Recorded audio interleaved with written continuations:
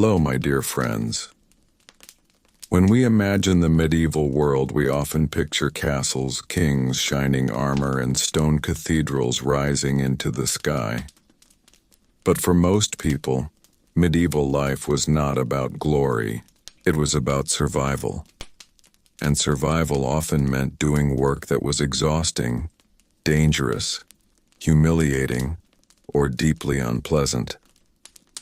Behind every cathedral stood laborers whose backs bent under stone. Behind every noble feast stood workers who handled waste, slaughtered animals, and cleaned filth no one else wanted to touch. The worst jobs in medieval history were not rare exceptions. They were essential. Society depended on them. Yet those who performed them rarely received respect or comfort. Their labor was invisible, but their suffering was constant. To understand just how difficult some of these jobs were, we must step away from romantic images and enter the narrow streets, muddy fields, and smoke-filled workshops of the Middle Ages. Most medieval cities had no modern sanitation. Waste-filled gutters. Animals lived close to humans. Disease moved easily through crowded spaces. In this environment, certain professions carried not only hardship, but social stigma as well. One of the most unpleasant roles was that of the gong farmer. Despite the almost comical name, the work was anything but amusing. A gong farmer's job was to empty privies, human waste pits, usually under cover of night. Medieval homes and public buildings often had cesspits beneath wooden toilets. These pits filled over time and had to be cleared manually. There were no pumps, no protective gear, no sanitation systems as we understand them. The gong farmer descended into pits of rotting waste, shoveling and carrying it away in barrels. The smell was overwhelming. The risk of disease was constant. Toxic gases could build up in enclosed pits, causing suffocation. Many cities required gong farmers to work at night to avoid public disgust. Though they performed necessary sanitation, they were socially shunned. People depended on them yet avoided them. Another brutal occupation was that of the tanner. Leather was essential in medieval life. It was used for shoes, armor straps, belts, book bindings, and countless tools. But transforming animal hides into usable leather required foul and physically demanding processes.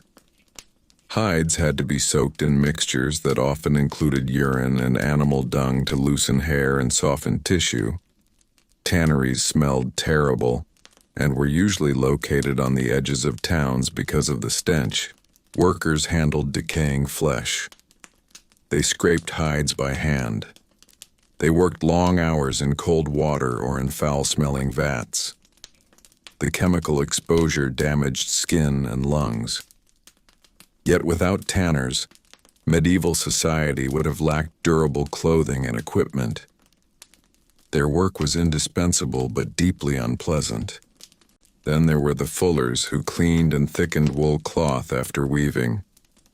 Fulling required trampling cloth in vats of water mixed with urine. Yes, urine again. It was commonly collected for industrial use. Fullers stood barefoot in these vats, working fabric with their feet for hours. The labor was repetitive and exhausting.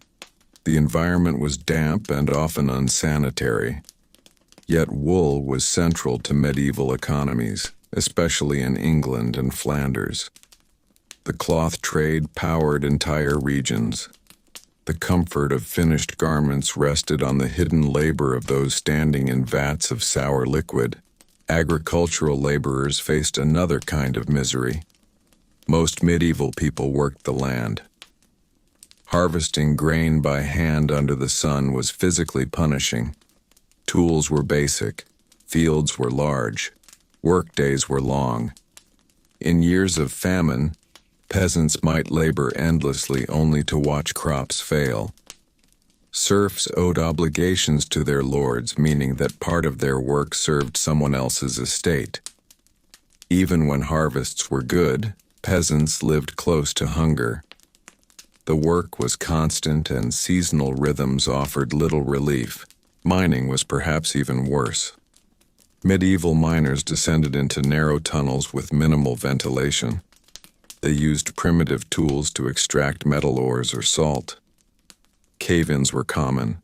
Toxic fumes accumulated underground. Lighting came from torches that consumed oxygen. There were no modern safety standards.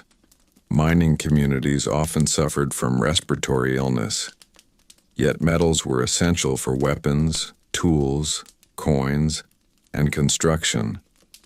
The growth of kingdoms depended on materials pulled from dark, suffocating shafts by exhausted workers. Executioners held a uniquely uncomfortable position. Though necessary to enforce law, they were socially isolated. Many towns required executioners to live separately from other citizens. Their profession carried stigma. They handled the bodies of the condemned. They carried out punishments in public. Even when performing state-sanctioned duties, they were treated as morally tainted. Their job combined psychological burden with social rejection. Gravediggers during plague outbreaks faced unimaginable strain. As disease swept through cities, burial demands overwhelmed cemeteries. Workers dug mass graves quickly to prevent further contamination. Fear surrounded them. Every body they handled might carry infection. Yet without their labor, urban centers would have descended into even deeper crisis. Even child labor was common in harsh trades. Apprentices entered workshops at young ages. Chimney cleaning in later medieval periods and into early modern Europe required children to climb narrow flues coated in soot. Though slightly later in full development, the roots of this labor practice stretch back into medieval craft systems where small bodies could access tight spaces. What makes these jobs especially harsh is not only the physical suffering, but the social position of those who performed them. Medieval society was hierarchical. Status mattered deeply. Those handling waste, death, slaughter, and filth were often placed at the margins of community life. Necessary, yet avoided. Essential, yet disrespected. The medieval world depended on invisible labor. Castles required quarry workers and masons who risked falling stones. Markets required butchers who slaughtered animals daily in bloody courtyards. Ships required rowers who endured cramped, punishing conditions. And unlike modern labor, there were few protections. No unions, no labor laws, no regulated hours. Survival depended on endurance. As we continue this journey, we will move deeper into individual professions. Rat catchers during plague, lepers forced into marginal occupations, battlefield corpse collectors, and others whose work kept society functioning at great personal cost. The worst jobs in medieval history were not dramatic in the way we often imagine suffering. They were ordinary, daily, necessary, and relentless. As we move further into the darker corners of medieval labor, we begin to see that some of the worst jobs were not simply unpleasant. They were tied directly to death, disease, and the collapse of order. These roles did not exist in peaceful isolation. They appeared most clearly when society was under pressure, when plague spread, when armies clashed, when cities struggled to survive. And the people who performed them did so not for honor, but because someone had to. During outbreaks of plague, especially the Black Death of the 14th century, entire communities were overwhelmed. Death came quickly and in waves, streets filled with fear, families abandoned homes, Priests sometimes refused last rites. In these moments, corpse collectors became essential. Their job was simple in description and unbearable in reality. They moved through towns gathering the dead, loading bodies onto carts, and transporting them to burial pits.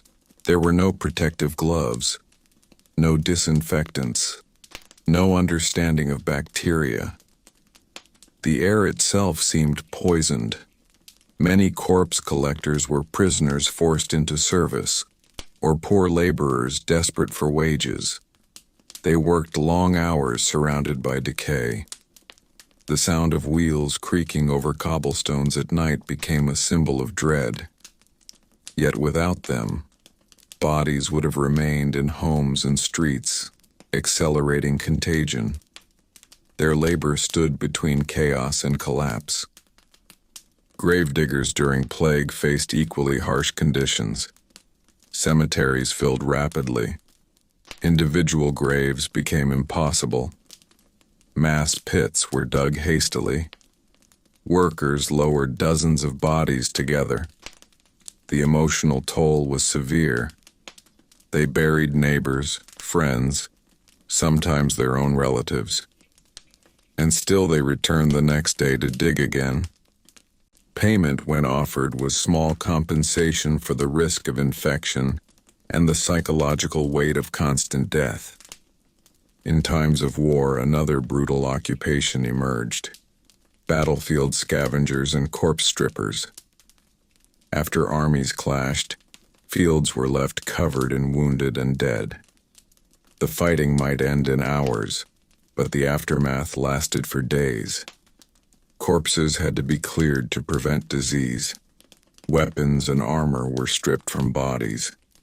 Sometimes scavengers worked under the threat of renewed skirmishes.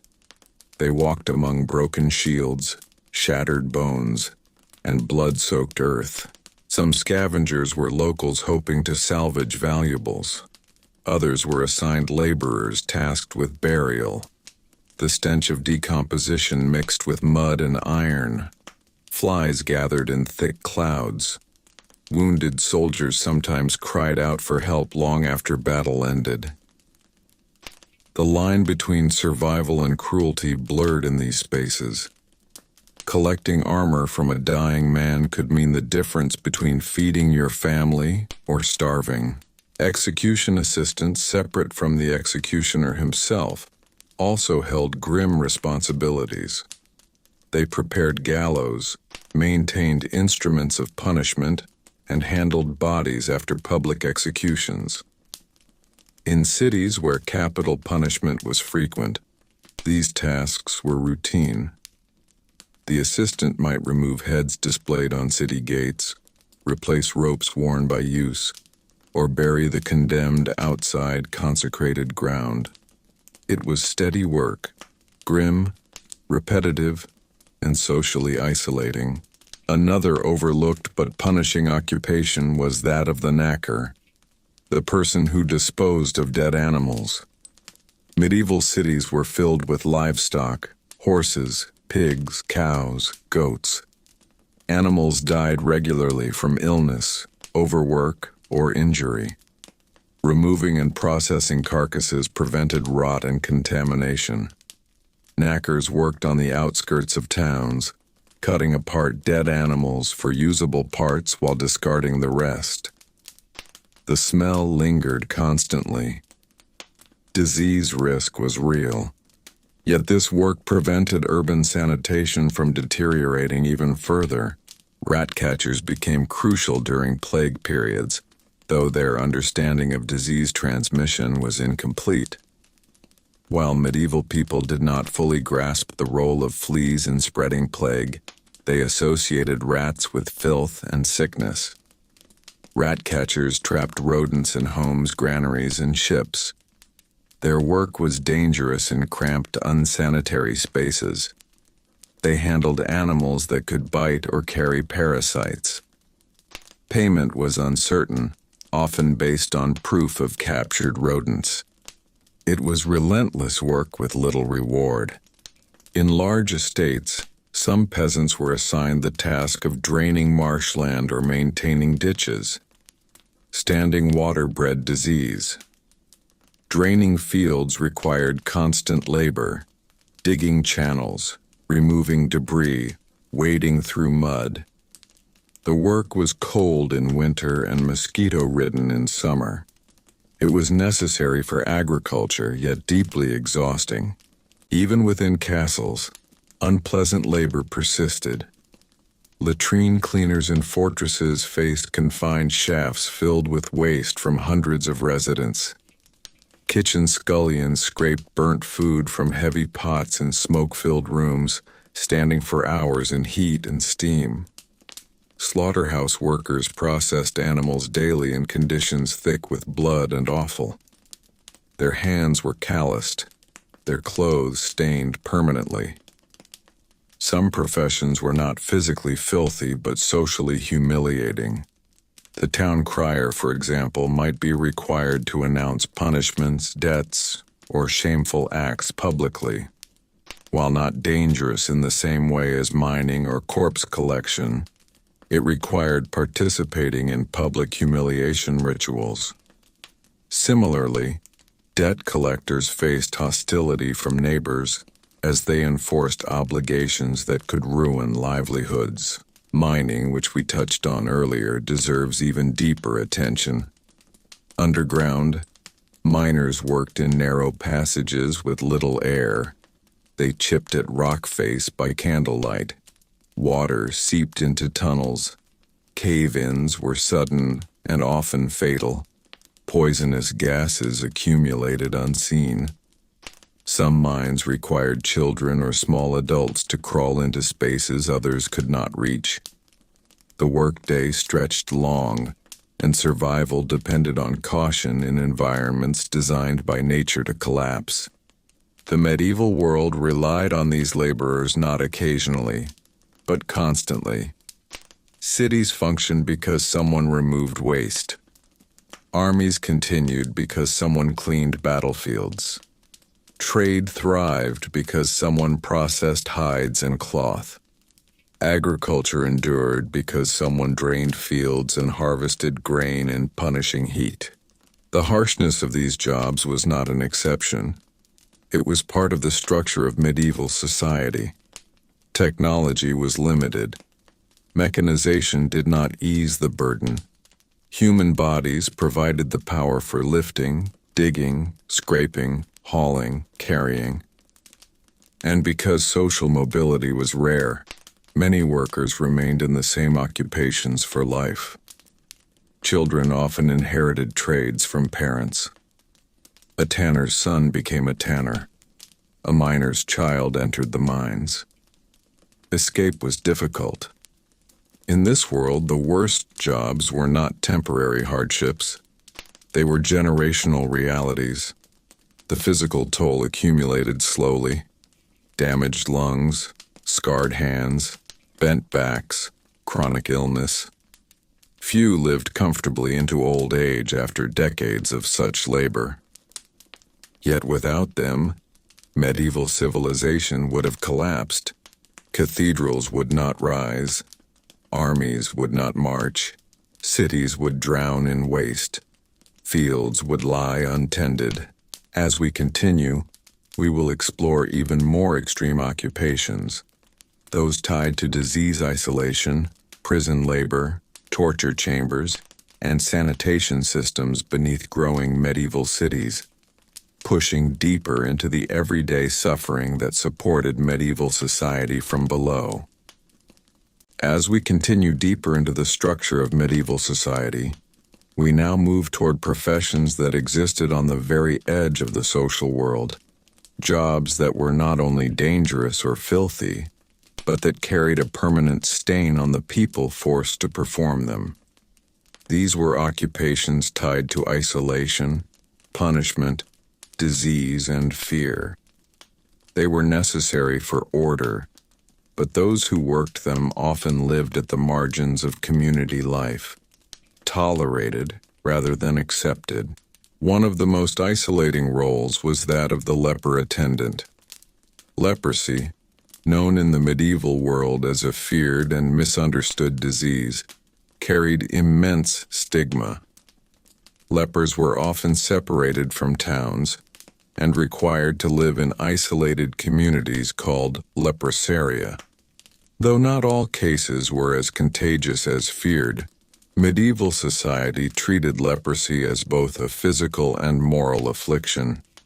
Attendants who cared for the sick in these colonies faced constant exposure to illness and social rejection. They prepared food, cleaned wounds, washed clothing, and buried the dead within these isolated spaces. Their contact with lepers often meant they too were viewed with suspicion. Their service required patience and endurance but brought little recognition. Closely related to this were hospital workers in early medieval infirmaries. Medieval hospitals were not like modern medical centers. They were often religious institutions providing shelter to the poor, sick, and dying. Care was basic.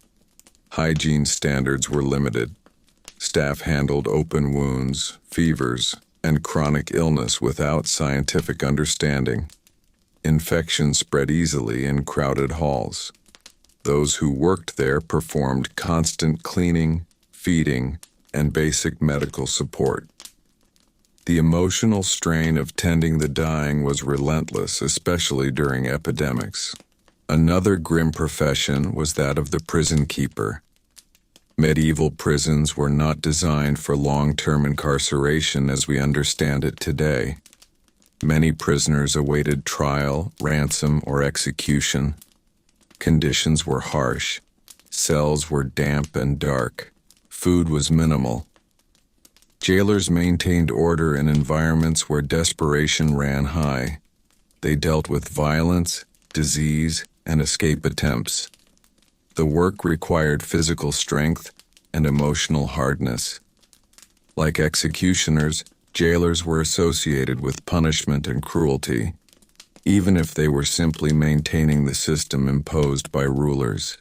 Torture assistants, though not present in every region, played a disturbing but historically documented role in some medieval legal systems. During certain judicial processes, torture was used to extract confessions, particularly in cases of heresy or treason. Assistants prepared instruments, secured prisoners, and maintained facilities. While modern perspectives rightly condemn these practices, within medieval legal frameworks, they were considered tools of investigation under specific rules. The individuals performing these roles operated within grim environments, surrounded by suffering and fear. Their work was structured by law but morally heavy. Chimney cleaners in late medieval and early modern urban centers endured another punishing occupation. Though the most infamous period of child chimney sweeps came later, even in earlier centuries narrow flues required manual cleaning. Workers climbed through soot-coated shafts to prevent fire hazards. Soot damaged lungs and skin. Falls were common. The job demanded physical endurance in cramped, dark spaces coated in ash. Scavengers and waste collectors in cities performed daily labor that most residents preferred not to see. Human waste, animal remains, spoiled food, broken pottery, and street refuse had to be removed regularly. While gong farmers handled cesspits, general scavengers managed open gutters and marketplaces. The smell of medieval streets could be overwhelming. Cleaning crews moved waste to dumping grounds outside city walls. Their labor prevented greater spread of disease, but their presence was often associated with filth. Another harsh role was that of the galley rower in Mediterranean regions. While more common in later centuries, medieval warfare and trade sometimes relied on rowing vessels. Rowers endured cramped benches, limited movement, and physically punishing rhythms. In some cases, criminals or prisoners were forced into service. Hours of rowing under the sun or in rough seas left bodies exhausted and blistered. Escape was nearly impossible once chained to an oar. Salt miners deserved deeper attention as well. Salt was essential for preserving food before refrigeration. Extracting salt from underground deposits or evaporating seawater required backbreaking labor. In underground salt mines, workers faced similar dangers to metal miners: collapse, poor air, and flooding. Salt extraction in brine pools required carrying heavy loads repeatedly. The importance of salt in medieval diets meant that this difficult labor was constant and in high demand. Even millers, though sometimes better off economically, worked in physically demanding environments. Water mills required maintenance in fast-moving currents.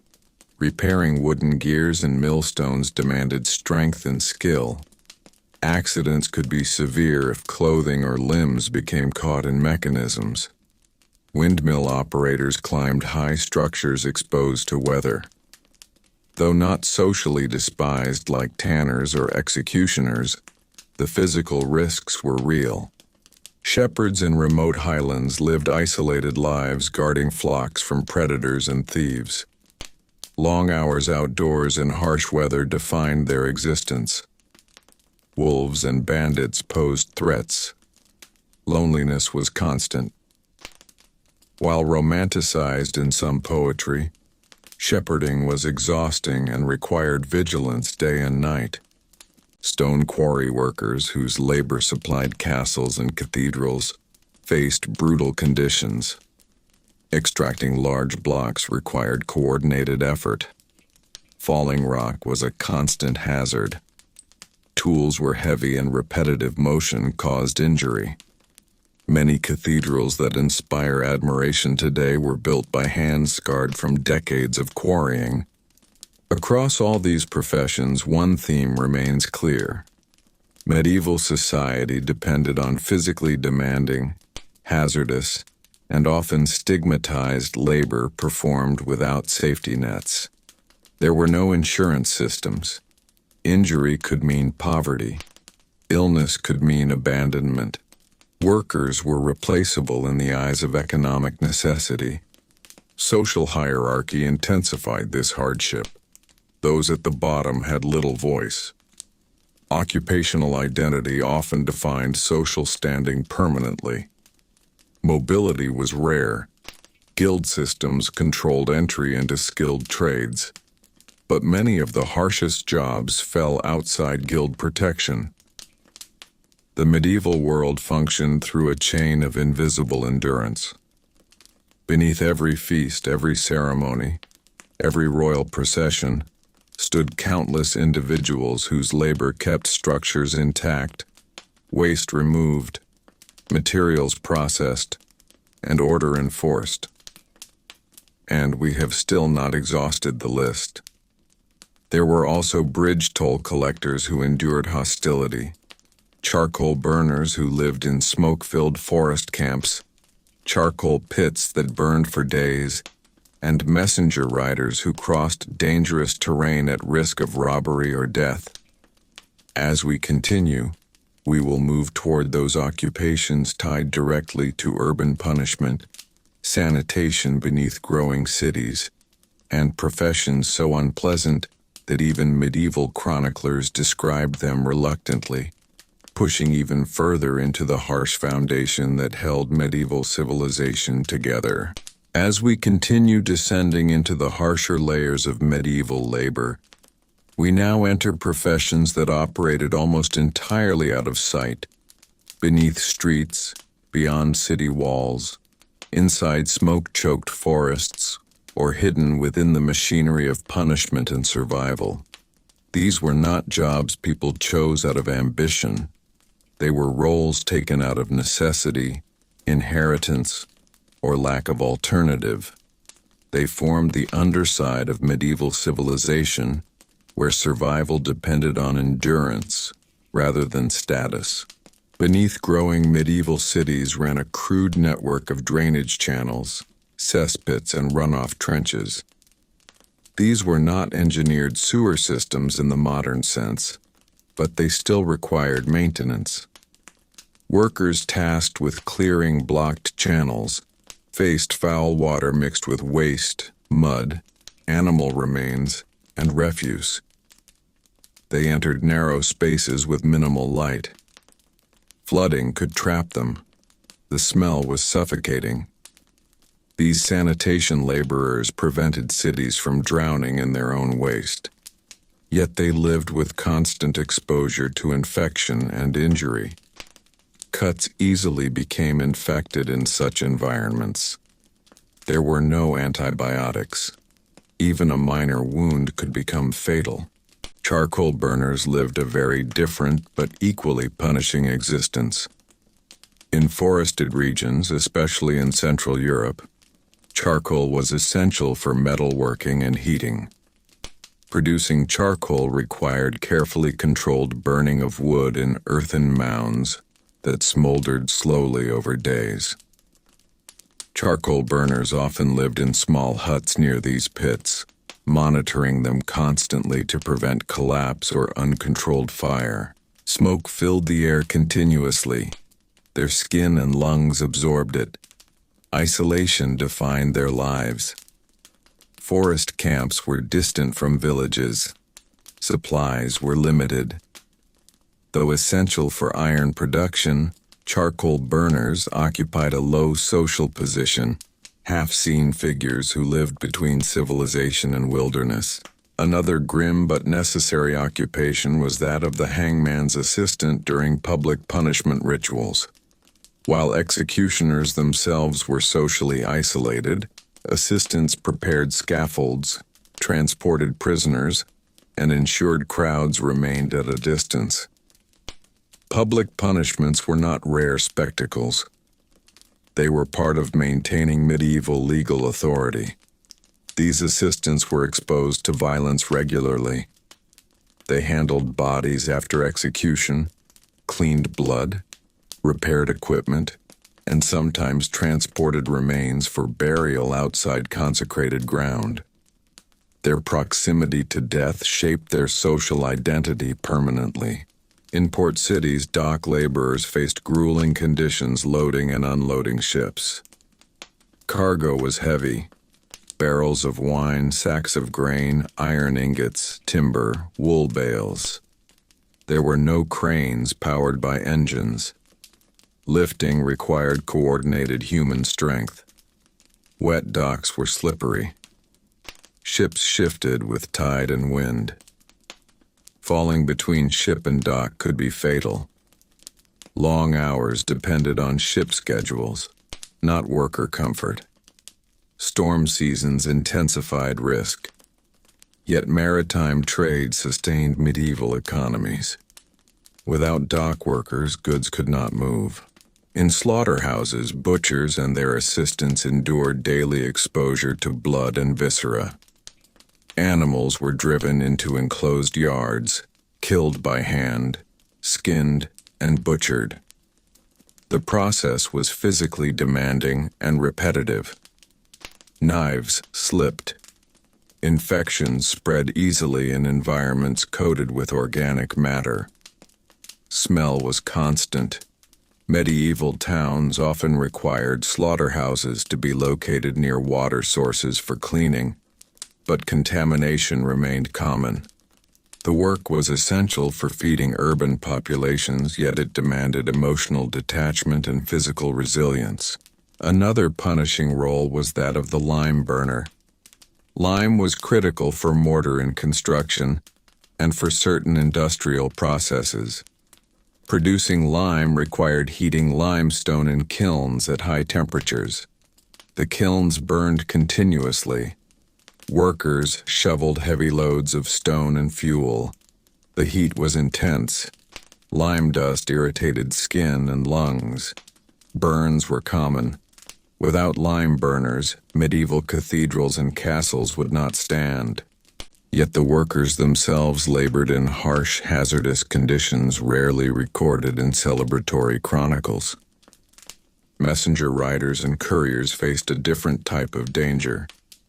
In times of war or political instability, communication was vital. Riders traveled long distances across unpredictable terrain, forests, mountains, rivers, often alone. Banditry was common. Weather could turn quickly. Horses could collapse from exhaustion. A messenger might carry sensitive information that made him a target.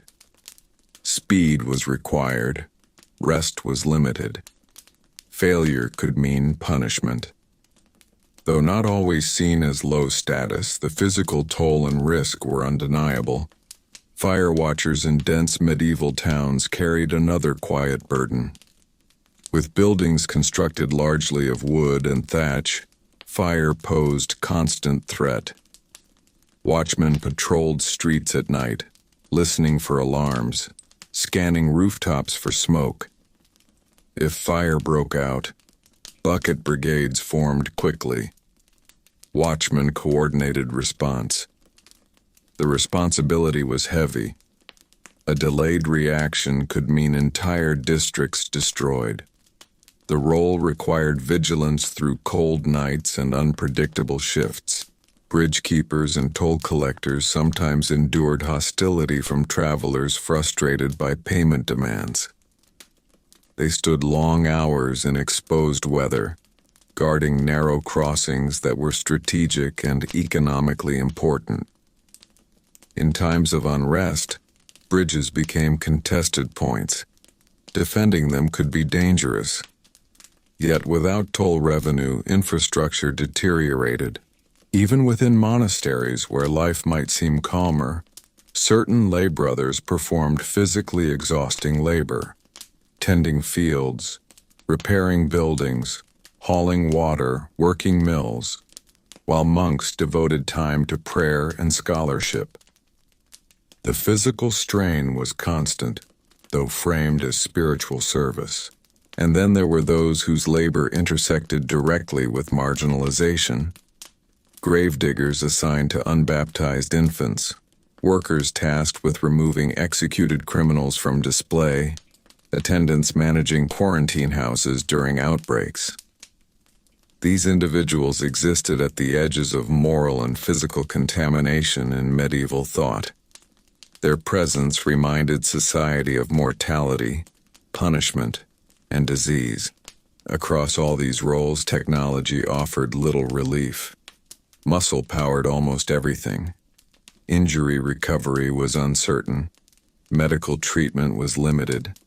Social safety nets were thin or non-existent. Many workers aged prematurely. Backs bent, hands scarred, lungs weakened. The medieval economy thrived not on convenience but on endurance. It required constant physical input to maintain agriculture, trade, law, religion, and defense. The grandeur remembered in history, castles, cathedrals, guild halls, rests on the unrecorded suffering of those who labored in dangerous, unsanitary, and socially stigmatized roles. And yet even this is not the full extent. There were salt porters who carried heavy loads across long distances, bell ringers who climbed towers repeatedly, and plague house guards who stood watch over quarantined buildings with little protection. The worst jobs were woven into every layer of medieval life. As we move toward the final part of this journey, we will gather these threads together and understand not just which jobs were the worst, but why medieval society accepted such relentless hardship as normal, and how these professions reveal the deeper structure of medieval survival. As we continue moving through the harsher edges of medieval life, it becomes clear that the worst jobs were not simply defined by dirt, danger, or exhaustion alone. They were defined by repetition. The suffering was not dramatic in a single moment. It was daily, seasonal, lifelong. What made these occupations unbearable was not only the physical strain, but the knowledge that tomorrow would look exactly the same. Consider the life of a medieval ditch digger assigned to maintain irrigation channels or defensive moats. These workers stood for hours in cold water and thick mud, cutting through heavy soil with iron spades that dulled quickly. Their boots soaked through, their backs bent. Defensive moats around castles had to be cleared of debris constantly to prevent stagnation. During sieges, ditch diggers sometimes worked under threat of arrows. Even outside wartime, the task never ended. Rain filled channels. Sediment returned. The earth demanded continuous labor. In cities, latrine pit builders faced another cycle of grim work. As urban populations grew, more privies were constructed. These pits had to be dug deep, often close to wells or foundations. Workers descended into narrow shafts to reinforce wooden linings. The air was thick and humid. Collapses could trap a man underground, and once built, those same pits would later require cleaning by gong farmers, creating a chain of unpleasant labor that passed from one worker to another without pause.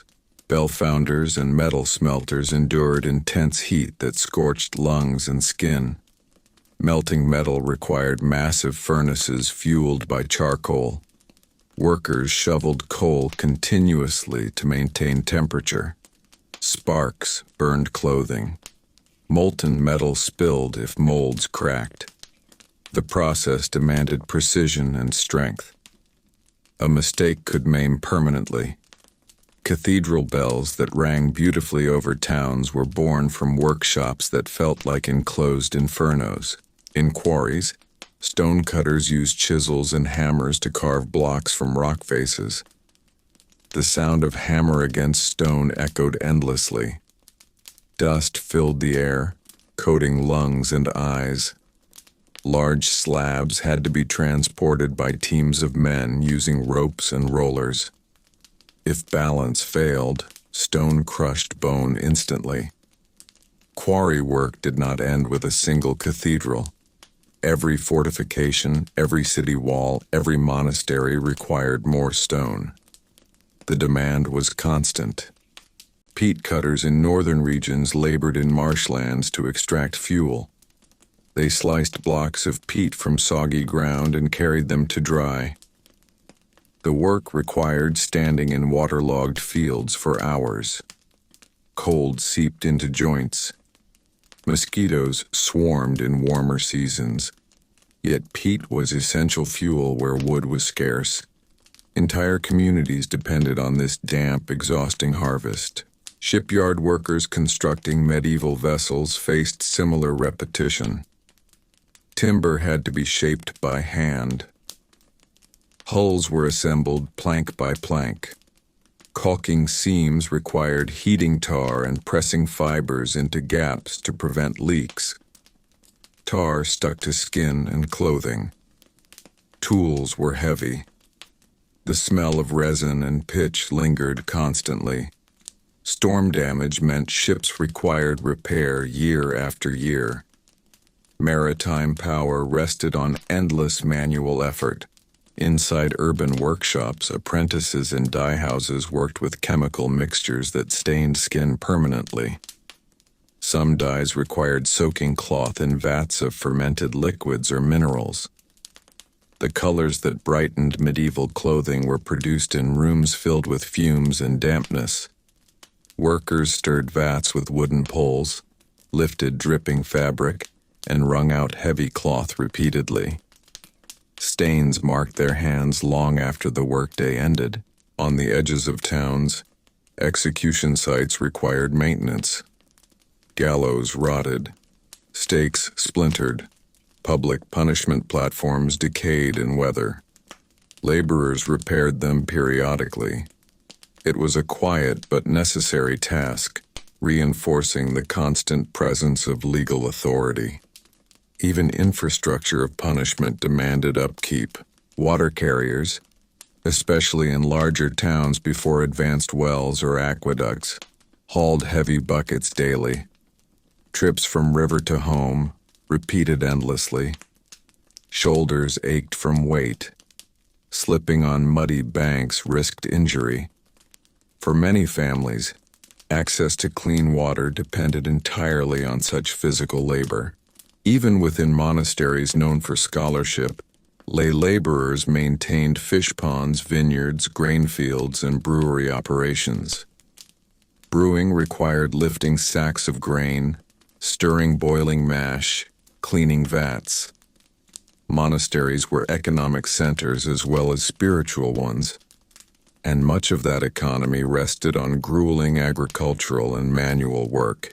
The worst part of these jobs was not only their intensity, but their invisibility. Medieval chronicles recorded kings and battles, not the man clearing waste from beneath a bridge.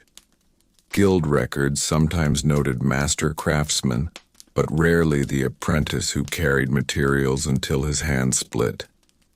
Suffering was normalized. It was part of the expected order. And yet medieval society did not collapse under this weight. It endured because millions accepted labor as fate. Social mobility was limited. A child born to a tanner rarely escaped tanning. A miner's son entered tunnels as his father had. Work was inheritance. Pain was continuity. There were no retirement systems. A body broken by 50 meant poverty unless family could support it. Illness could end income immediately. Some towns offered limited charity through guilds or churches, but assistance was uncertain and often minimal. What we see, as this history continues unfolding, is that the medieval world functioned through a vast network of exhausting occupations that modern life has largely mechanized or eliminated. Where machines now lift, pump, clean, and process, medieval hands performed every action. Every stone moved, every channel dug, every hide scraped, every corpse buried required direct human effort. The grandeur remembered today, the towers, manuscripts, armor, ships, rests on a foundation of bodies that absorbed risk without recognition. The worst jobs were not rare outliers. They were central pillars. And as we continue forward, we will move even deeper into how these harsh professions shaped medieval social identity, how stigma attached to certain trades, and how entire communities became defined by the labor no one else wanted to perform. As we continue moving deeper into the harsh foundation of medieval life, we must now look not just at the physical difficulty of these occupations, but at something even heavier: how certain jobs marked a person permanently. In the medieval world, work was not simply something you did. It became who you were. And for those trapped in the worst professions, that identity carried weight long after the workday ended. Take the example of the executioner once again, but now consider the life beyond the scaffold. In many towns, executioners were forbidden from living among ordinary citizens. They were assigned houses at the edge of settlement, sometimes near cemeteries or beyond the city wall. People avoided touching them. Market vendors sometimes refused direct contact, forcing goods to be exchanged at a distance. Children of executioners often inherited the profession because few other trades would accept them. The stigma passed down like a surname. A job that was necessary for legal order became a social sentence carried across generations. The same pattern applied to tanners and leather workers in some regions. Because tanning involved handling rotting animal hides and foul-smelling chemicals, tanneries were located downstream or downwind from main settlements. Workers spent their days in vats of urine and lime, scraping flesh from hides with metal blades. The smell seeped into skin and clothing. It was nearly impossible to remove. Even after washing, the scent lingered. People associated that odor with filth.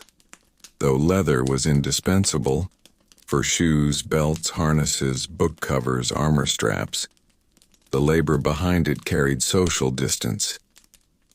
A tanner might earn steady income, yet still live on the margins of respectability. Now imagine the medieval knacker in more detail. This was the person responsible for removing dead horses from streets, disposing of diseased livestock, and processing carcasses unfit for butchers. Horses were central to medieval transport, agriculture, and war. When one collapsed in a narrow city lane, someone had to drag it away before rot set in. The knacker used hooks, ropes, and raw strength to pull heavy bodies across cobblestones. Decomposition began quickly in warm weather. The smell attracted dogs and flies. The work was constant. Plague years only increased demand. And though absolutely vital for sanitation, the knacker's presence reminded society of decay. There were also professional torturers in some regions where judicial torture was sanctioned under strict legal rules. This role was not as common as popular imagination suggests, but where it existed, it was grim. The torturer maintained devices, ensured procedures followed prescribed limits, and carried out interrogations ordered by authorities. It required technical knowledge and emotional detachment. Yet socially the role was isolating. Those who performed it rarely integrated fully into community life. The job was viewed as contaminated, even when legally justified by the standards of the time. Another deeply exhausting profession was that of the charcoal hauler. While charcoal burners produced fuel in forests, others transported it to towns. Charcoal was lightweight but bulky. It filled sacks that had to be carried long distances, often over rough terrain. Dust blackened faces and hands. Lungs inhaled fine particles. Delivery required repetition, trip after trip, because urban demand for metalworking, cooking, and heating never paused. Lime slakers who mixed quicklime with water for mortar also endured dangerous conditions. Quicklime reacts violently with water, producing heat capable of burning skin severely. Workers stirred the mixture in pits, careful not to splash. Dust irritated eyes and lungs. Yet mortar held together the stones of castles and churches. Without lime, medieval architecture would crumble. Another overlooked group were the corpse washers who prepared bodies for burial. In many communities, this task fell to specific individuals, sometimes women, who cleaned and dressed the dead. During plague outbreaks, the risk multiplied. Handling bodies meant exposure to disease, yet burial rituals were essential for religious life. These washers worked quietly, unseen, but carried constant danger. Shearers in wool production also faced repetitive strain. Shearing sheep required strength and speed. The animals resisted. Blades were sharp. A slip could cut deeply. During peak season, shearers worked long days without rest because wool had to be removed before heat stressed the flock. After shearing came sorting and washing, which involved cold water and heavy lifting. In mining towns, ore washers stood knee-deep in icy streams separating valuable minerals from rock. The water numbed limbs. Winter did not stop extraction. Frostbite and joint damage were common. Yet the demand for silver, iron, and copper drove constant labor. We must also consider the role of the plague house guard during epidemics. When households were quarantined, guards sometimes stood watch outside doors to prevent movement. They enforced isolation. In doing so, they risked exposure. They faced anger from trapped families. Their job placed them directly between fear and authority. In agricultural estates, manure spreaders carried heavy loads from stables to fields. Fertilizer was essential for crop yield. The labor was repetitive and unpleasant, especially in summer heat. Yet without nutrient replenishment, soil productivity dropped quickly. Watermill laborers risked drowning while clearing debris from wheels and channels. The force of water powering grinding stones could pull a man under if he misstepped. Grain dust inside mills created respiratory problems and even explosions in rare cases. And then there were those who cleaned public bathhouses in cities where such facilities existed. They drained tubs, scrubbed floors, removed waste, and maintained fires for heating water. The humidity and constant exposure to bodily fluids made the work uncomfortable and often stigmatized. All of these professions shared common traits: physical strain, social marginalization, health risk, and generational continuity. They were rarely stepping stones to advancement. They were endpoints. Once inside such trades, escape was difficult. Medieval society accepted this structure as normal. Hierarchy was viewed as part of divine order. Every role, however unpleasant, fit into a larger design. Those who labored in filth or danger were seen as fulfilling necessary stations in life. There was little expectation of comfort. Survival itself was considered success. Yet from a modern perspective, the cumulative burden is staggering. Without machines, without sanitation systems, without worker protections, every unpleasant task required direct human endurance. Bodies absorbed the risk that technology now handles. And still, there are even more professions to uncover. Those connected to famine relief, battlefield supply hauling, prison transport chains, and the relentless maintenance of medieval infrastructure, each adding another layer to the harsh reality beneath the romantic image of the Middle Ages. We continue forward without closing this yet, because the full weight of these occupations reveals not only suffering, but the structural truth of how medieval civilization stood upright, on the shoulders of those whose work was dirtiest, heaviest, and most dangerous.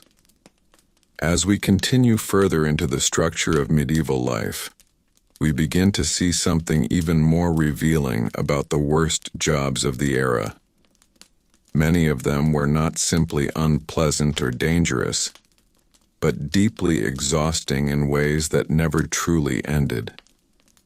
The work did not follow a comfortable rhythm. It did not respect age. It did not slow when bodies weakened. Medieval survival demanded constant physical output, and some occupations drained people year after year, until there was little left to give. Consider the life of a medieval road builder. Roads in much of medieval Europe were not smooth paved highways. They were muddy tracks, uneven stone paths, or wooden planked causeways laid over swampy ground. Maintaining them required endless labor. After heavy rain, sections washed away. Carts carved deep ruts into soil. Bridges weakened.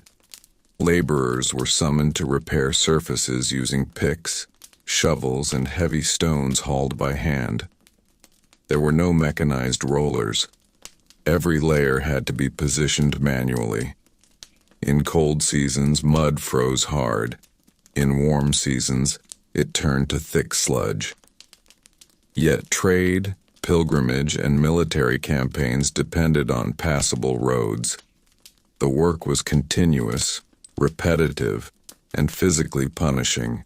In fortified towns, wall repair crews faced similar demands. Stone walls cracked over time, mortar crumbled, siege damage required urgent rebuilding. Climbing scaffolding with heavy stone blocks on shoulders was common. A misstep could mean falling several stories. Even without war, wind and weather slowly eroded defenses, demanding ongoing maintenance. Castles that appear permanent today required constant human labor simply to remain standing. In agricultural estates, threshers performed one of the most repetitive and exhausting tasks of the harvest season. After grain was cut, it had to be separated from stalks. Workers used flails to beat bundles of wheat repeatedly, hour after hour. The rhythm was relentless. Arms burned, hands blistered, dust filled the air. The work continued until every sheaf was processed because grain was survival. Winter food supplies depended on this monotonous labor. Another draining occupation was that of the salt porter, in regions far from coastal sources. Salt was transported inland in heavy sacks or barrels. Porters carried loads on backs across uneven terrain for miles. Salt was essential for preserving meat and fish, making it critical for winter storage. Demand never stopped. Each journey strained muscles and joints. Payment was small compared to the physical cost. In medieval ironworking villages, bloomery workers operated furnaces that required continuous airflow maintained by bellows. Pumping bellows was labor-intensive and repetitive. Workers took shifts, but the furnace rarely went cold during active production. Iron was necessary for tools, weapons, horseshoes, nails, almost every aspect of daily life. The furnace heat dried skin and cracked lips. Sparks burned clothing. The rhythm of pumping air into fire shaped entire days. Another overlooked but grueling role was that of the medieval porter at city gates. Gates were massive wooden structures reinforced with iron. Opening and closing them required strength, especially when mechanisms wore down. Porters monitored entry and exit, collected tolls, and lifted heavy bars that secured the city at night. During unrest or threat, vigilance increased. Standing long hours in armor or heavy clothing, exposed to weather, became routine. In river towns, barge haulers pulled cargo boats upstream using ropes from the riverbank. Known in some regions as towpath laborers, these workers leaned their weight into thick ropes, walking miles while dragging heavy vessels against current. The work required coordination and stamina. Slipping on wet ground could pull a man into water. Yet river transport was central to trade networks.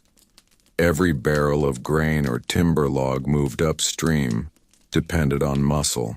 Medieval fisheries also demanded exhausting effort. Fishermen launched small boats into cold waters before dawn. Nets were cast and hauled by hand. Storms appeared suddenly. Capsizing meant death. Once ashore, fish had to be cleaned, salted, and prepared quickly to prevent spoilage. The labor was cold, wet, and physically draining, yet coastal communities survived because of it. Then there were urban porters, men who carried goods through crowded streets. Without carts able to access narrow alleys, porters hoisted sacks of grain, bundles of cloth, crates of tools, and barrels of ale on backs supported by leather straps. Their posture bent over time. Shoulders developed permanent grooves from weight. The work depended on constant demand. Markets opened early and closed late. In monasteries and large estates, brewers worked near boiling vats stirring heavy mash with wooden paddles. steam-coated skin. Floors became slippery. Brewing was essential not only for consumption but because beer was often safer to drink than contaminated water. Every batch required lifting grain, carrying water, cleaning equipment. The rhythm of brewing cycles shaped weekly schedules. Even the medieval laundress endured exhausting conditions. Washing clothing meant hauling water from wells or rivers, heating it over fires, scrubbing heavy garments by hand, and wringing them dry. Wet wool was especially heavy. Winter made water icy and painful on hands. Yet clean clothing was necessary for health and status. The labor often fell to women and lasted from dawn until light faded. Across these professions, a pattern emerges again and again. The worst jobs were not brief crises. They were cycles of repetition embedded into daily survival. Unlike soldiers who might face battle only occasionally, these workers faced physical strain every day. There was no dramatic climax, no heroic recognition. There was only continuation. The medieval economy depended on the endurance of bodies that modern society might consider overworked beyond reason. There were no rest regulations. Injury meant replacement. Aging meant diminished output, and often poverty. Communities functioned because countless individuals accepted that their labor would never be comfortable, celebrated, or widely remembered. And yet, within this relentless system there was also a kind of grim stability. Everyone knew that survival required effort. The hierarchy may have been rigid, but the necessity of labor was shared in different forms across classes. Even nobles hunted, trained, and managed estates. But the heaviest burdens fell consistently on those at the bottom: the ditch digger, the porter, the tanner, the grave digger. As we move forward, we will examine how these brutal occupations shaped medieval social attitudes toward work itself, how suffering became normalized, how resilience was valued over comfort, and how entire communities were defined by the harsh professions that sustained them without applause. As we continue deeper into the harsh working world of the Middle Ages, we now begin to understand something even more revealing: that the worst jobs were not only physically exhausting and socially isolating, but that they shaped how medieval society understood human worth. Labor was not simply about earning a living. It defined identity, hierarchy, and expectation. And for those trapped in the most brutal professions, hardship was not an accident of circumstance. It was woven into the structure of their existence. In many medieval towns, certain occupations were legally restricted to specific families or groups. Executioners, knackers, tanners, and grave diggers often found themselves locked into generational roles. Guilds, which protected skilled craftsmen like blacksmiths or goldsmiths, did not always extend the same security to those performing unpleasant labor. A master mason might train apprentices and eventually rise in status. A waste remover rarely gained such upward mobility. The structure of opportunity was uneven. This created entire neighborhoods defined by trade. Tanner districts lay near rivers downstream from cleaner water sources. Butchers operated near designated slaughter zones. Waste handlers lived beyond walls. The physical separation mirrored social separation. Smell became a boundary. Sound became a boundary. Even clothing marked profession. Leather aprons, soot-darkened faces, lime-burned hands.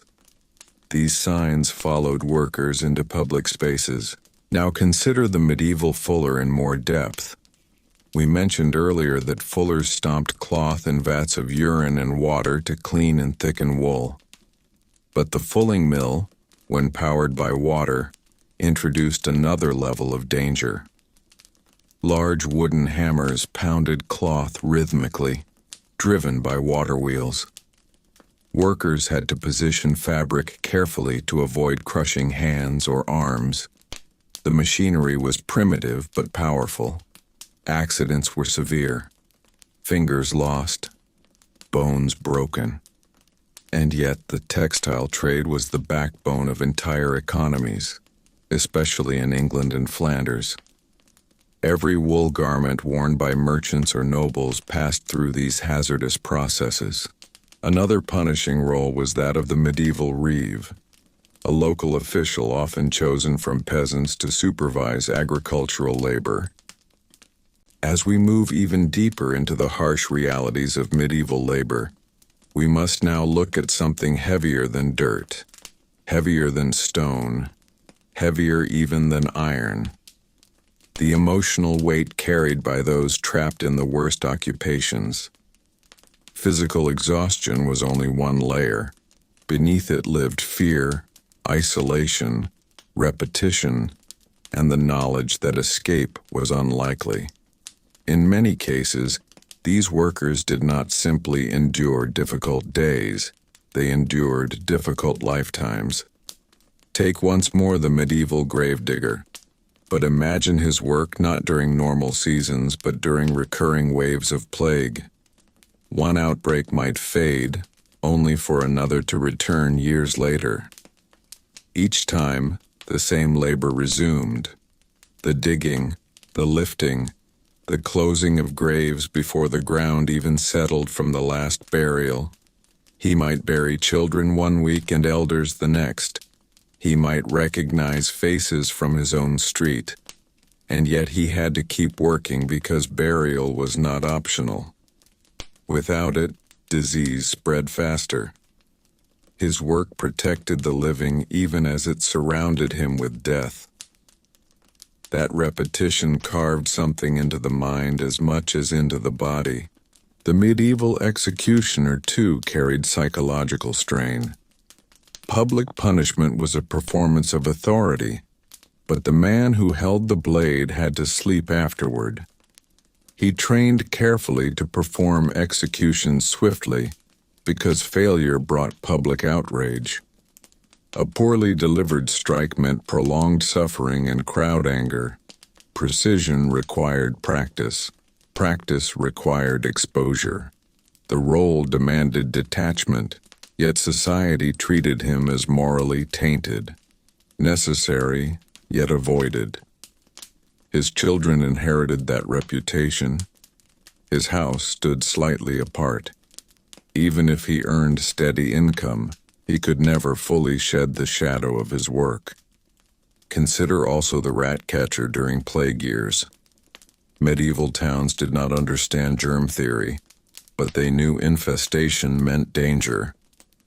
Rat catchers crawled into cellars, granaries, sewer tunnels. They set traps, handled carcasses, navigated spaces thick with fleas and decay. Payment often depended on proof of captured rats, so bodies were carried back as evidence. The smell clung. The risk of disease was constant, and if plague continued despite his efforts, suspicion could fall on him anyway.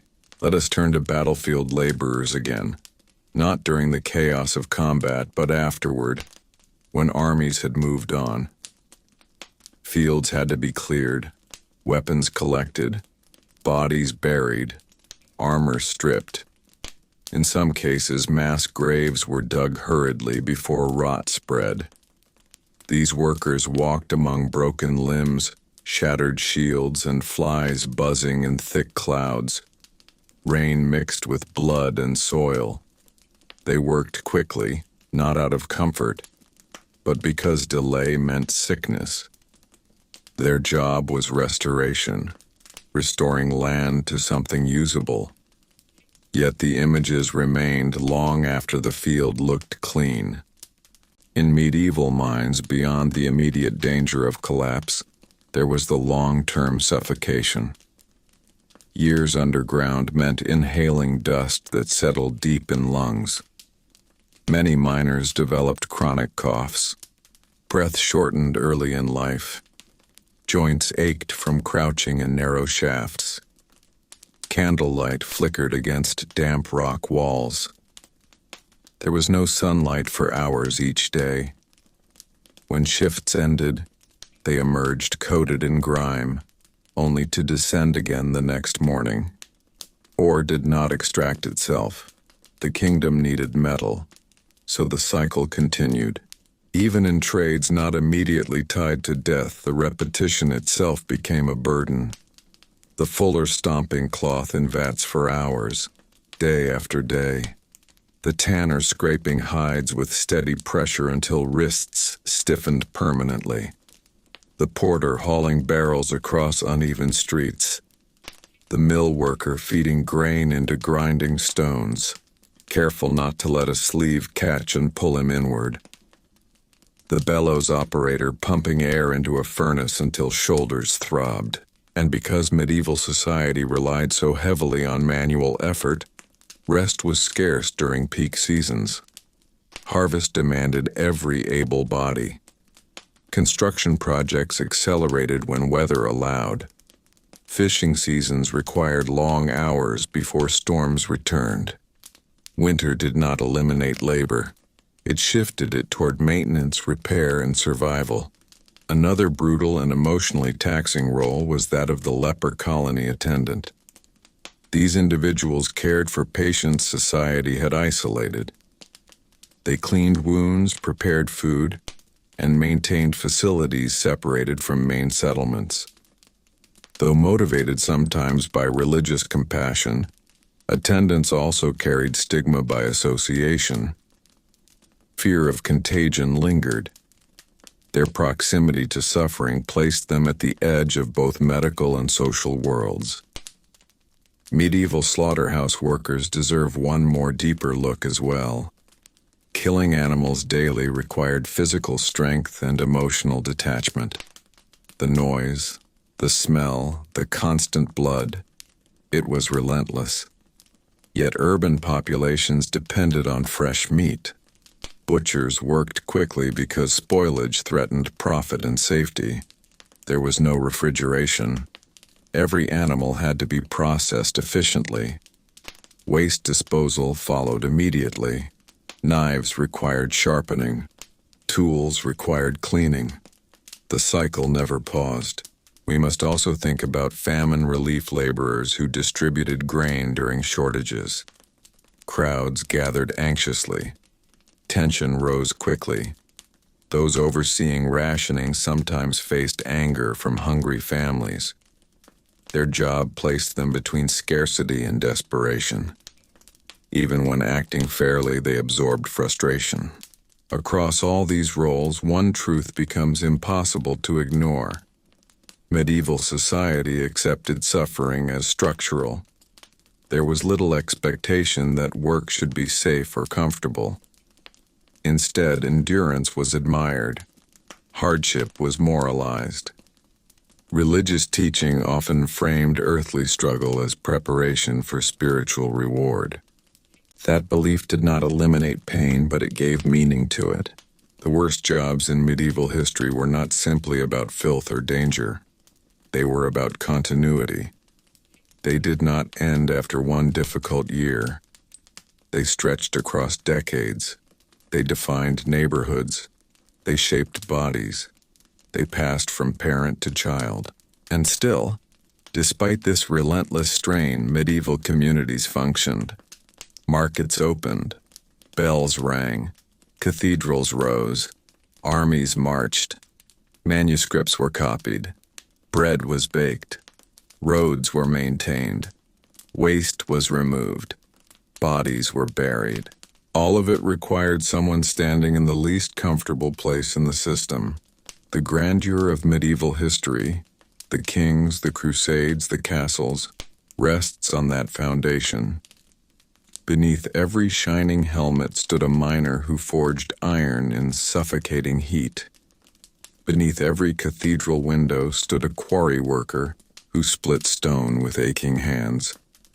Beneath every feast stood a butcher, a porter, a brewer, and a waste collector whose labor ensured the event could happen at all. When we strip away the romance and step into the daily rhythm of survival, we see clearly that the Middle Ages were powered by endurance. The worst jobs were not marginal. They were central. They reveal the hidden machinery of a world without modern technology, a world where human bodies were the engines. And as this history continues, we move closer to understanding not only how brutal these occupations were, but how they shaped the very character of medieval society itself. A society built not only on hierarchy and faith, but on the relentless, unseen effort of those who carried the heaviest burdens without recognition. As we move into the final stretch of this long descent into medieval labor, we begin to see clearly that the worst jobs were not simply unfortunate accidents of history. They were structural. They reveal how medieval society organized itself, who absorbed risk, who absorbed filth, who absorbed danger, and who benefited from that absorption. The system functioned because suffering was distributed unevenly. One of the clearest examples of this imbalance can be seen in urban sanitation. Medieval cities grew rapidly from the 12th century onward. Trade expanded, markets flourished, populations increased. But infrastructure did not evolve at the same speed. Streets were narrow. Houses leaned toward one another. Waste disposal remained primitive. Someone had to manage that reality daily. Waste carriers moved through alleys collecting refuse. Cesspit diggers descended into pits beneath crowded homes. Sewer trench cleaners unclogged drainage paths choked with debris. These workers operated in spaces others preferred not to think about. Yet without them, disease would have overwhelmed cities even more frequently than it already did. At the same time, elite households enjoyed relative comfort built on this hidden labor. Noble families dined in halls warmed by fireplaces constructed by masons and supplied by charcoal burners. They wore garments processed by fullers and dyed by chemical workers whose hands bore stains permanently.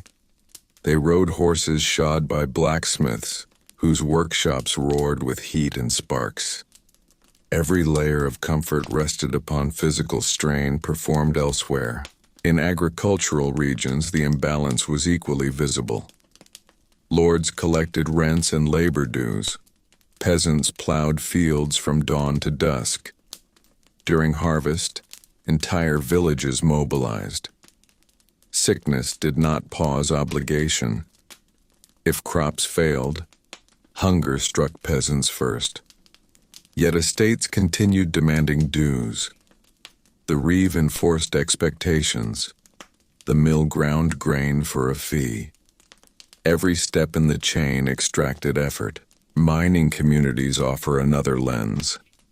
Silver mined in German territories fueled coinage that strengthened royal authority. Iron mined in Scandinavia and Central Europe forged weapons and tools that expanded kingdoms. But miners lived short, harsh lives underground.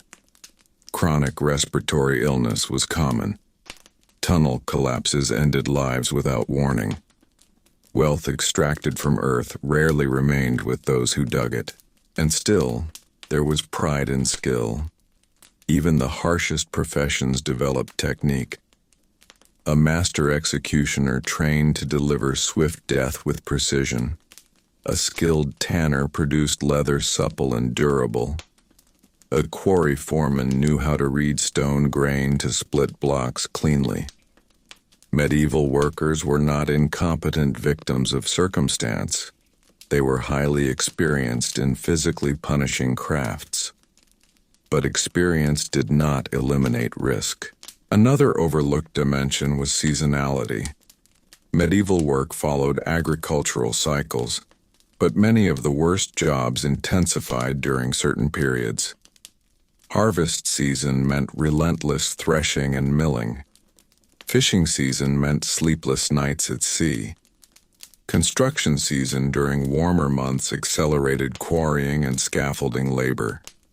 Winter did not mean rest. It meant repair, tool maintenance, wood cutting, and survival work like preserving meat and patching structures damaged by frost. Urban fire brigades, often informal, relied on manual bucket chains. When flames broke out, workers rushed to wells and rivers, passing heavy buckets hand to hand. Roofs collapsed. Sparks jumped between wooden buildings. Those fighting fire risked suffocation and injury. After flames died, rubble had to be cleared manually. Reconstruction followed immediately because shelter was essential. There were also those who worked directly in refuse industries beyond basic waste. Rag collectors who gathered discarded cloth to sell for paper production. Bone collectors who supplied craftsmen making combs or glue. And night soil merchants who transported human waste to fields as fertilizer. These occupations tied together urban filth and rural agriculture in a continuous cycle. The work was messy, repetitive, and physically taxing. Yet it sustained both city and countryside. Even the medieval soldier, often romanticized, endured brutal labor outside of battle. Marching long distances carrying armor and supplies strained joints and backs. Setting up camp required digging trenches and building fortifications. Cleaning armor prevented rust. Siege warfare demanded hauling heavy stones and operating massive wooden engines. When not fighting, soldiers labored, and what unified all of this was the absence of mechanization. No engines lifted stone. No pumps cleared waste efficiently. No safety codes regulated mines. No industrial fans ventilated tunnels. Every task relied on muscle, coordination, and repetition. The worst jobs in medieval history were therefore not isolated horrors. They were reminders of how deeply dependent pre-industrial societies were on raw human effort. They reveal a world where physical endurance was the currency of survival, where comfort for some required discomfort for others, where social hierarchy determined exposure to risk. When we step back and look at the full picture, the grave diggers, the tanners, the miners, the waste collectors, the battlefield cleaners, the lime burners, the charcoal haulers, the quarry workers, we see the hidden engine of medieval civilization. It was not powered by magic or romantic heroism. It was powered by bodies absorbing strain daily. The castles that still stand today, the cathedrals that still inspire awe, the manuscripts preserved in libraries. All of them were made possible by people whose names rarely appear in records. Their work was hard, often dangerous, sometimes stigmatized, and almost always repetitive. To understand medieval history honestly, we must look beneath the banners and crowns and recognize that civilization has always depended on labor that is difficult, uncomfortable, and frequently unseen. The Middle Ages simply made that reality more visible because machines had not yet taken over the heaviest burdens.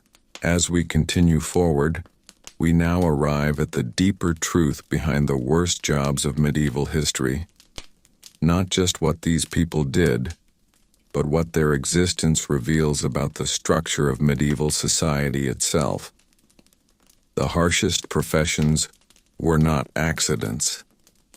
They were necessary consequences of a world built without modern technology, without public sanitation systems, without labor protection laws, and without the expectation that work should be safe. In medieval Europe, survival was communal, but risk was personal. Entire towns depended on sanitation, but only a few individuals handled waste directly. Kingdoms depended on metal, but miners inhaled the dust.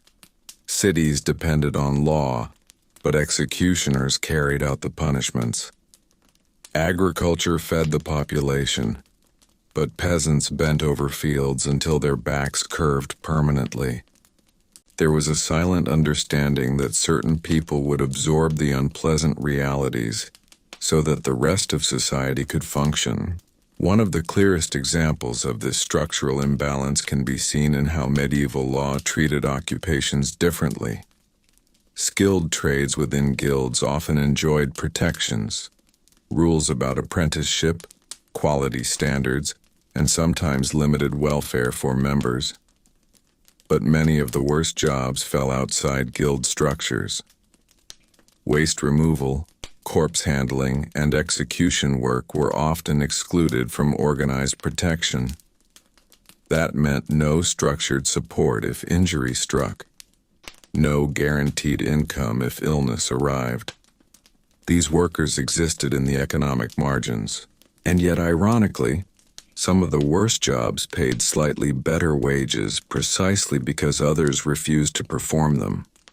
Gong farmers, for example, sometimes earned relatively high compensation compared to ordinary laborers because the work was so undesirable. But higher pay did not erase stigma. It did not remove danger. It did not grant social mobility. Money alone could not shift a family's standing in a rigid hierarchy. The psychological toll of these professions also shaped communities. Children growing up in families tied to stigmatized trades often faced limited marriage prospects. Social separation reinforced occupational separation. A butcher's son became a butcher. A tanner's daughter married within tanning circles. Movement between classes was rare and difficult. Medieval society valued stability over mobility. The system maintained itself through repetition. Another layer of hardship came from unpredictability. Unlike seasonal farming, some of the worst jobs intensified during crises. Plague outbreaks multiplied burial demands. Wars increased battlefield clearing and weapon production. Famine increased tension around food distribution. Those already working at the bottom found their burden doubled during disasters. And because medieval crises were frequent, war, crop failure, disease, there was rarely a long stretch of calm. We must also consider the physical environment. Medieval towns were loud, smoky, and crowded. Workshops filled air with dust and fumes. Streets carried the smell of animals and refuse. Fire risk hovered constantly. There was no separation between workplace and living space for many laborers. A tanner might sleep near his vats. A blacksmith's home might share walls with the forge. Work did not end when one left the job site because the job site often was home. For miners, isolation underground separated them from sunlight for hours daily. For charcoal burners, forest camps separated them from village life. For shepherds, hillsides became solitary workplaces. The worst jobs often carried social loneliness alongside physical strain. And still, medieval society did not collapse under this weight. Instead, it normalized endurance. Religious teachings framed labor as moral duty. By the sweat of thy brow was not metaphorical. It described reality. Hard work was associated with virtue. Complaining about hardship had little place in a worldview shaped by survival and divine order. Even so, medieval literature occasionally hints at awareness of injustice. Some poems and sermons criticize greedy lords or corrupt officials who benefit from others' toil. The peasants' revolt in England in 1381 revealed frustration boiling over. Though quickly suppressed, it demonstrated that those carrying the heaviest burdens were aware of imbalance. Yet structural change came slowly. Mechanization did not begin easing these burdens significantly until centuries later. The medieval period remained overwhelmingly dependent on muscle and manual repetition. When we look at the absolute worst jobs of medieval history, corpse collectors, executioners, miners, tanners, waste removers, battlefield cleaners, charcoal burners, lime slakers, and porters, we are looking at the foundation stones of a pre-industrial civilization. Without them, the system would have failed. Their suffering was not decorative history. It was functional. It reminds us that progress is often measured not only by what societies build, but by how they reduce the need for human bodies to endure constant danger. Modern sanitation systems remove waste without someone descending into pits. Machines extract minerals with fewer hands underground. Protective regulations reduce risk in dangerous trades. These developments were absent in the medieval world. So when we ask what the absolute worst jobs in medieval history were, the answer is not a single profession. It is a category. The jobs that required constant exposure to filth, death, danger, and exhaustion without recognition, protection, or escape. They were the unseen framework of the Middle Ages, and as this history continues to unfold, we can now step toward understanding how these harsh professions gradually changed over centuries, how small technological shifts began to lighten certain burdens, and how memory of these jobs survives today, mostly as footnotes beneath the grand narratives of kings and battles. As we move even further into the heart of this subject, it becomes impossible to ignore one final and powerful truth about the worst jobs in medieval history. They did not feel temporary to the people living them. From our modern perspective, we can step back and categorize them as harsh professions of a distant era. But for the individuals trapped inside them, there was no distance. There was no broader narrative arc. There was only tomorrow, and tomorrow looked exactly like today. Imagine waking before sunrise not because of ambition, but because your trade demands it. The tanner rises early because hides must be processed before they rot. The miner rises early because daylight above ground does not matter. Work begins in darkness anyway. The porter rises early because market stalls open at dawn, and goods must be moved before crowds thicken. There is no separation between work identity and personal identity. There is no concept of career change in the modern sense. Work is inheritance, expectation, and survival combined into one unbroken chain. In many of these worst occupations, injury was not a question of if, but when. A lime burner eventually suffers burns. A quarry worker eventually drops a tool on a foot. A charcoal hauler eventually inhales too much dust. A fuller eventually develops joint pain from endless stomping. But because labor protections did not exist, injury did not guarantee rest. If the body could still move, it worked. If it could not, income stopped. Medieval charity systems, often run by monasteries or guilds, offered some relief, but they were limited and inconsistent. Survival often depended on family support. If your entire family worked in the same harsh trade, the strain multiplied. One of the most brutal long-term realities was aging within these professions. There was no pension, no retirement plan. A miner whose lungs weakened could not simply shift to lighter work easily, because skill sets were specific.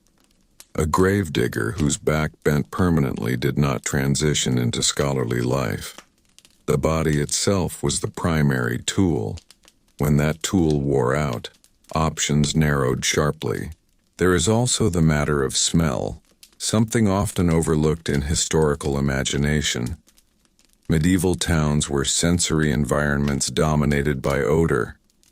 Tanneries, slaughterhouses, fish markets, cesspits, open drains. These were not hidden behind industrial zoning laws. They existed within daily space. Workers in these trades carried those smells home. Clothing absorbed it. Skin absorbed it. Social stigma often followed scent. Even if a tanner earned enough to feed his family well, the constant odor marked him in ways that went beyond income. Identity became tied to sensory association. The psychological effect of repetition cannot be understated either. Consider the battlefield cleaner once more. Not only did he face horror after conflict, but he faced the possibility that conflict would return. War in the medieval period was not rare. Feuds, territorial disputes, raids. They occurred regularly. The knowledge that another field might need clearing next season hung quietly in the background. Similarly, plague did not strike once and disappear forever. Outbreaks recurred across centuries. Gravediggers and corpse washers could never assume their work would permanently lessen. Even roles that appear less obviously brutal, such as mill workers or blacksmith assistants, carried relentless rhythm. The millstone turned and grain had to be fed steadily. The forge roared and bellows required constant pumping. The environment was loud, hot, dusty. Hearing loss likely occurred. Burns scarred skin. And yet bread had to be baked. Horses had to be shod. Tools had to be repaired. In agricultural labor, the physical toll accumulated invisibly. Years of bending to weed fields, lifting sheaves of grain, guiding plows through stubborn soil gradually reshaped the body. Archaeological studies of medieval skeletons often reveal joint degeneration and spinal stress consistent with repetitive manual labor. The bones themselves tell the story of work. Another often unspoken reality was that children entered these trades early. Apprenticeships could begin in adolescence, sometimes earlier in poorer families. A young boy assisting in a tannery did not ease into a comfortable adulthood. He grew into it. Muscles hardened, skin thickened. The cycle repeated. Childhood and adulthood blurred in laboring classes.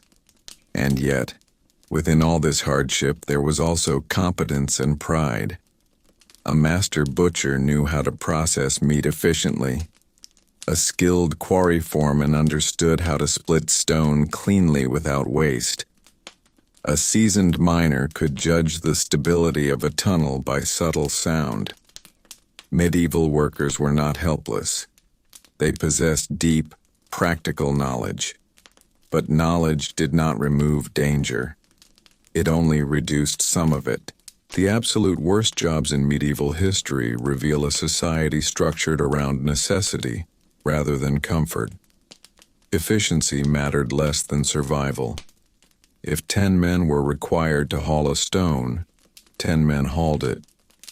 If someone had to descend into waste pits, someone descended. If ore had to be extracted from suffocating tunnels, miners went underground.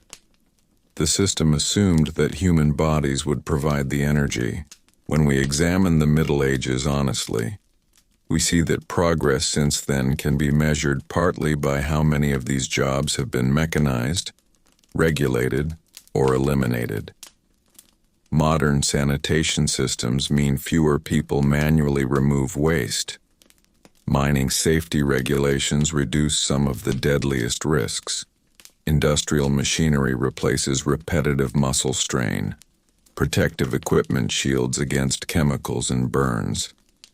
These changes did not happen overnight. but they gradually altered the relationship between human body and labor. In the medieval period, however, that relationship remained direct and unforgiving. The worst jobs were harsh not because medieval people lacked resilience, but because the technological and social systems of the time demanded endurance as the primary resource. When we look at castles, cathedrals, manuscripts, fortified walls, preserved food supplies, and functioning markets, we must remember that each depended on someone performing work most would not willingly choose. The grandeur of medieval history sits atop layers of uncelebrated labor.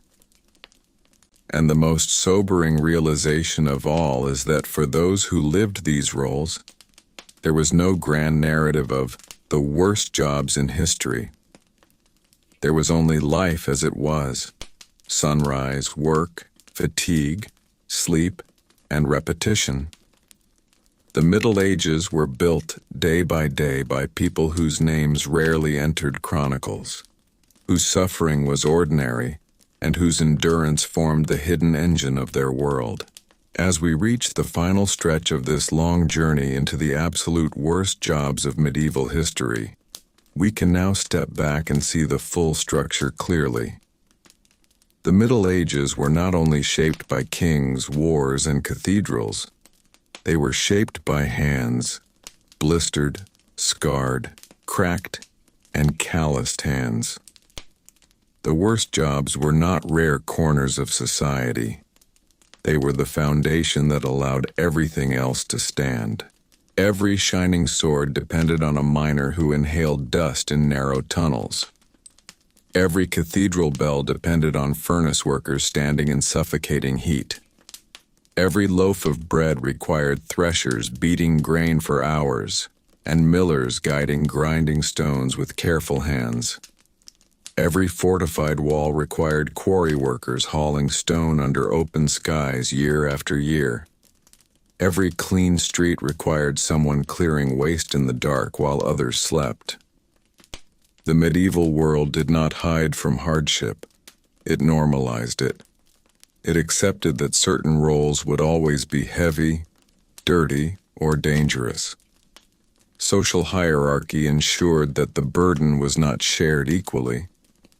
Those born into the lowest positions often remained there. Guilds protected some trades, but others remained exposed and isolated. Smell, stigma, and fear surrounded certain professions. Yet even within those conditions, skill flourished. Expertise developed. Workers became masters of endurance. What makes these jobs the absolute worst is not simply the filth or the danger. It is the repetition. It is the generational cycle. It is the absence of escape. The miner's son often became a miner. The tanner's daughter married into tanning. The executioner's family inherited both income and stigma.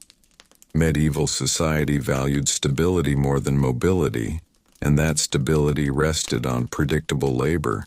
Archaeological evidence shows worn joints, healed fractures, and stress marks in skeletons recovered from medieval cemeteries. Bones remember what chronicles forget. They tell us that backs bent early, that arms lifted heavy loads for decades, that bodies were tools until they wore down. And yet medieval civilization did not collapse under this strain. It endured because endurance was expected. Faith offered meaning to suffering. Community offered limited support. Survival itself was considered success. When we compare that world to our own, we begin to understand how much of modern life is built on reducing the need for such relentless physical labor. Machines lift, pumps drain, protective gear shields, laws regulate. None of these protections existed in the medieval world in the form we know today. Human muscle powered nearly everything. So when we ask what the absolute worst jobs in medieval history were, the answer is not just a list of unpleasant professions. It is a portrait of a society dependent on physical endurance as its primary engine. The worst jobs reveal the hidden truth of the era. Greatness at the top required sacrifice at the bottom. The castles still standing across Europe do not show the quarryman's broken nails. The manuscripts preserved in libraries do not show the parchment maker's scraped hands. The royal chronicles do not describe the gravedigger's fatigue during plague years. But those realities existed. They were constant. They were necessary. And perhaps that is the most important reflection of all. History often remembers power, but survival depends on labor. The Middle Ages were built by people who carried weight others did not see. Their work was difficult, sometimes dangerous, sometimes isolating, but always essential. Without them, there would have been no markets, no fortifications, no preserved food, no functioning cities. And so, as this history closes, we leave behind not only kings and battles, but the unseen workers who made the medieval world possible through sheer endurance. If you enjoyed this deep, slow journey into the harsh realities of medieval life, make sure to like the video, subscribe to the channel, and tell me in the comments which ancient or medieval topic you want to explore next.